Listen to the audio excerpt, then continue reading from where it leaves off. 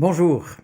Il est évident que pour penser, imaginer, concevoir et réaliser quelque chose de bien, nous les êtres humains, nous avons besoin de modèles.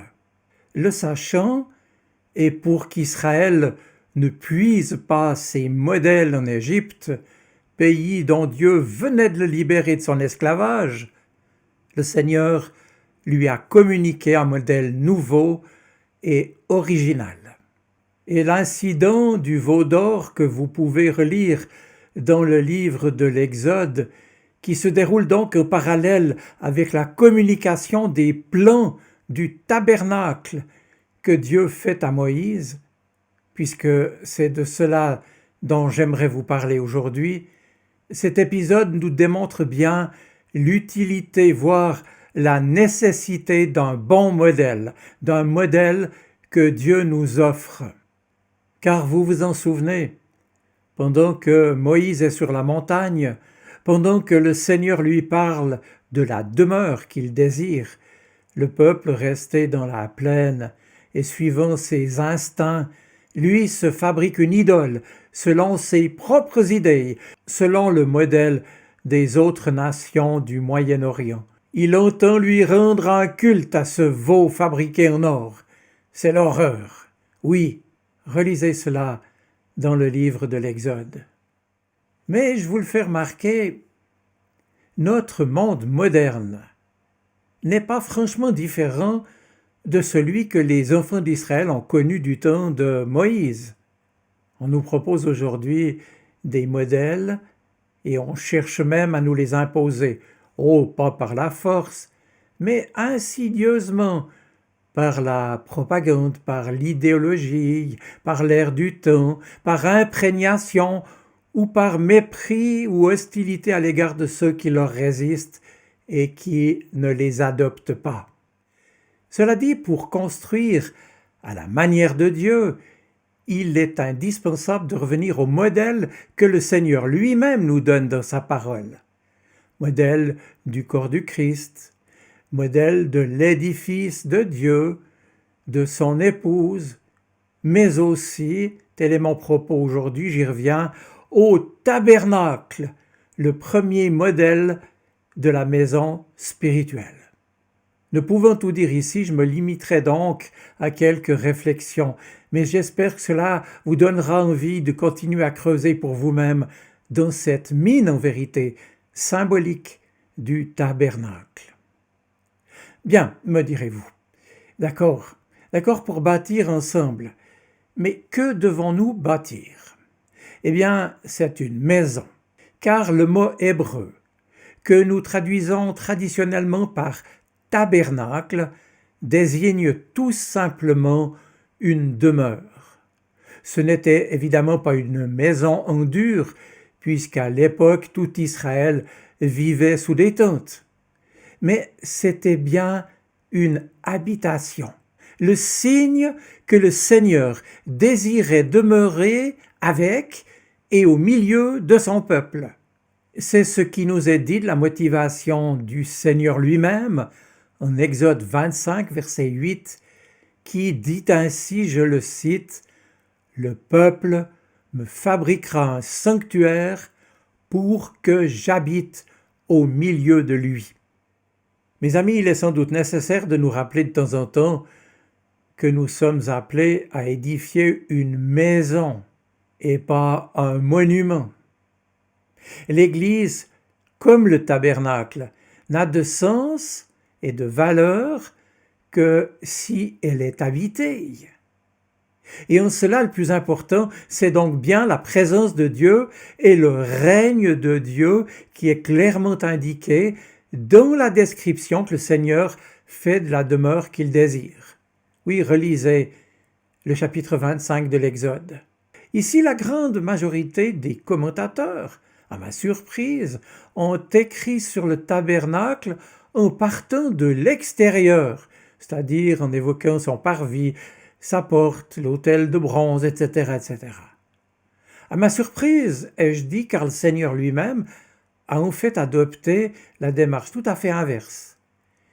Lorsqu'il parle du tabernacle, il ne commence pas par le parvis, Il ne commence pas non plus par la structure, non, il commence par le plus caché, c'est-à-dire par le plus essentiel, par le plus important, en évoquant l'arche de l'alliance. Et ce coffre est, de tout le mobilier du tabernacle, en fait le moins visible et le plus mystérieux. Le souverain sacrificateur, lui seul, entrevoyait dans la pénombre du lieu très saint, et seulement une fois par an, ce coffre surmonté par 2 anges qu'on appelle des chérubins. Oui, le coffre avec son couvercle, techniquement, on parle ici du propitiatoire, est une représentation symbolique du trône de Dieu et peut être donc vu comme le point de contact entre ciel et terre. En Exode 25-22, nous lisons, je cite, « Dieu dit, je te rencontrerai du haut du propitiatoire, je te parlerai. » Pour bien bâtir notre maison spirituelle, pour qu'elle soit une demeure habitée, plutôt donc qu'un monument ou un local vide, pour que la parole de Dieu soit clairement entendue parmi nous, que sa présence soit pleinement expérimentée au milieu de nous, nous devons mettre le trône, la présence de Dieu au centre de nos vies et de nos communautés chrétiennes. Nous pouvons investir, c'est vrai, beaucoup de temps, d'énergie, d'argent dans l'apparence et dans les activités de notre Église. Mais si le trône du Seigneur, si sa présence n'est pas au centre, cela n'aboutira à rien. Ce sera un monument vide, certes très beau, dans certains lieux on en établit encore quelques-uns aujourd'hui, mais vide. Dans le tabernacle, je l'ai dit, le coffre était invisible. Et pourtant, on savait qu'il était là, et il était donc facile à localiser, parce que tout le reste, la porte, l'autel, la cuve, etc., tout cela balisait en quelque sorte le chemin du trône et tout s'organisait autour de lui.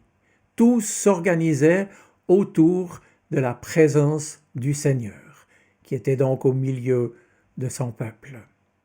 Dans l'Église, nous nous dispersons si facilement et nous pouvons vite perdre de vue l'essentiel, à savoir que nous sommes appelés à rendre nous-mêmes visible le règne de Dieu.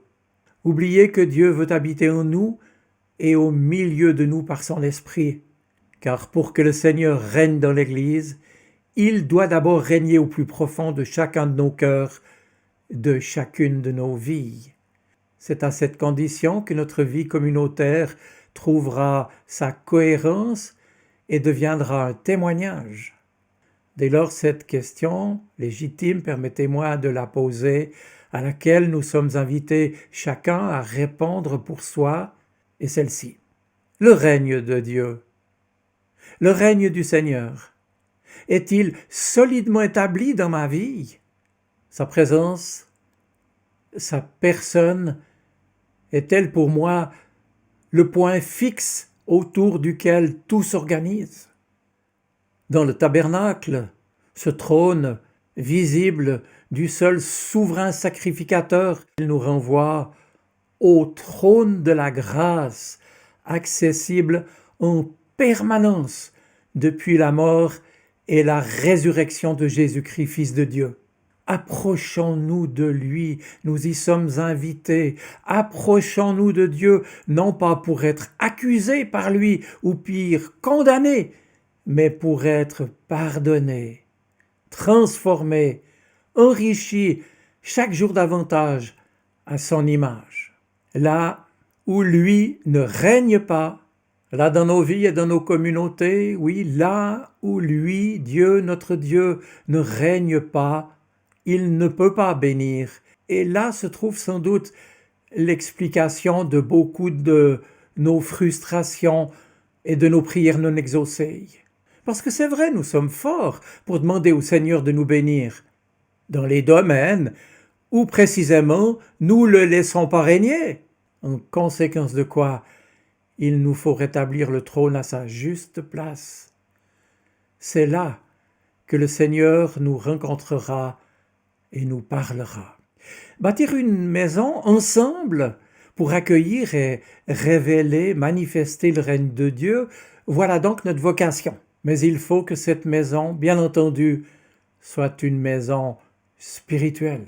Et cette maison doit se construire autour du trône. Une maison avec lui et pour lui. Or, pour la construction du tabernacle, les Israélites ont contribué à fournir de l'or, de l'argent, du bronze, des étoffes, des pots, du bois, etc. Et la demeure à construire était donc concrète et tangible. Nous sommes, nous dit l'apôtre Paul, une maison spirituelle, comme l'apôtre l'explique aux Éphésiens. Car il écrit en effet qu'en Jésus-Christ, tout l'édifice, bien coordonné, s'élève pour être un temple saint dans le Seigneur, c'est-à-dire dans la communion et autour du Seigneur.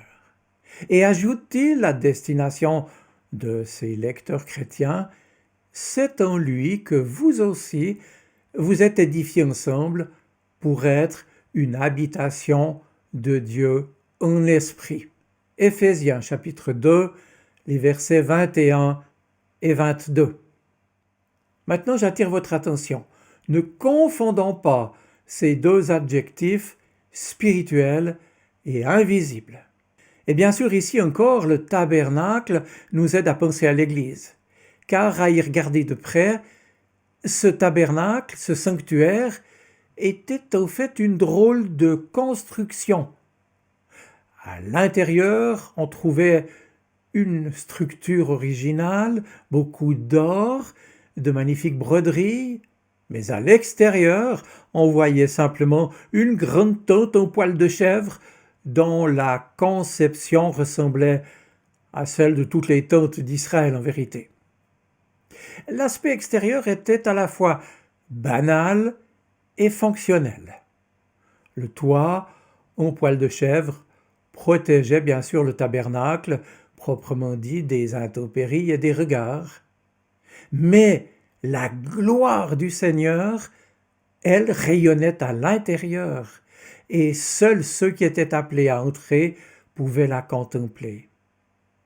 En somme, on peut dire que le tabernacle était nettement plus grand à l'intérieur qu'à l'extérieur.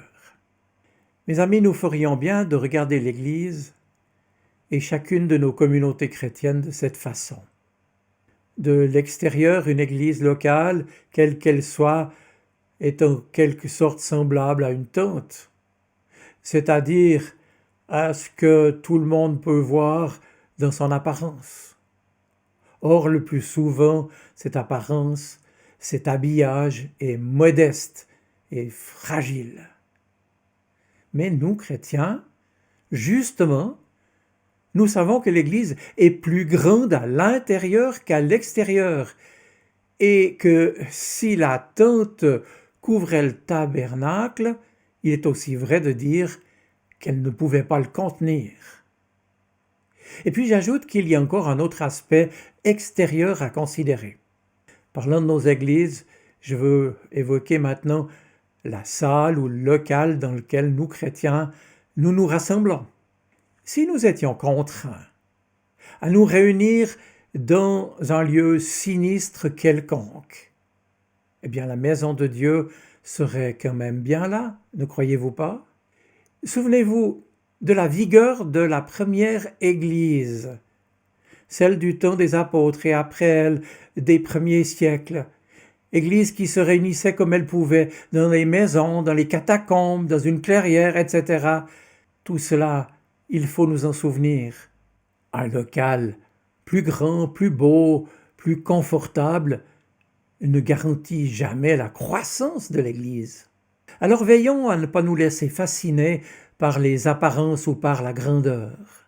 C'est une question de vocation, de priorité et d'équilibre. Le tabernacle avait besoin de la tente, mais la gloire de Dieu doit nous fasciner bien plus que les mètres carrés ou que la beauté des lieux. Tirons profit, là encore, de l'histoire d'Israël. Je l'ai dit, le tabernacle dans le désert abritait le trône de Dieu, la gloire de Dieu. Ne laissons donc jamais le fonctionnel prendre le pas sur la vie. Maintenant, il me faut encore insister pour dire que la maison se construit bien sûr avec notre générosité. Souvenez-vous, les enfants d'Israël ont fait des dons pour la construction du tabernacle, des offrandes, et aujourd'hui il reste vrai que le fonctionnement et l'édification de l'Église font appel à nos offrandes volontaires, joyeuses, et que le Seigneur aime celui qui donne avec joie. Mais pour former ensemble une maison spirituelle où Dieu se plaît à habiter, il ne suffit pas que nous soyons généreux de notre argent. Et il n'est malheureusement pas rare de rencontrer des chrétiens qui croient qu'il suffit de donner de ses biens pour que l'œuvre de Dieu avance et que son règne devienne visible. Ce n'est évidemment pas vrai, comme il n'était pas vrai que le tabernacle se soit monté tout seul à partir des matériaux donnés.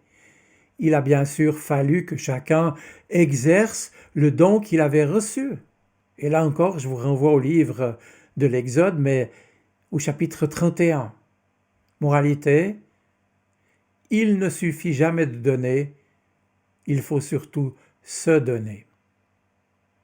Alors mes amis, j'en arrive ainsi à ma conclusion. Pour bâtir ensemble une maison spirituelle, où la présence de Dieu se manifeste, nous devons aller plus loin dans la générosité et devenir généreux de notre accueil, de notre écoute, de notre temps, de notre présence, de nos encouragements, de notre amour. Généreux, bien sûr, dans l'hospitalité, généreux au service du corps du Christ et d'un monde qui souffre aussi. D'où cette question qui nous est posée. Et toi et moi, dans quel domaine le Seigneur m'appelle-t-il à être plus généreux? La maison spirituelle de l'Église est à l'image du tabernacle, le lieu où Dieu vient à la rencontre de l'homme et lui parle. Et c'est une rencontre avec celui qui est à la fois Père et Seigneur de l'univers. Mais lui s'approche et il nous rappelle, oui, là où je ne règne pas, je ne peux pas bénir.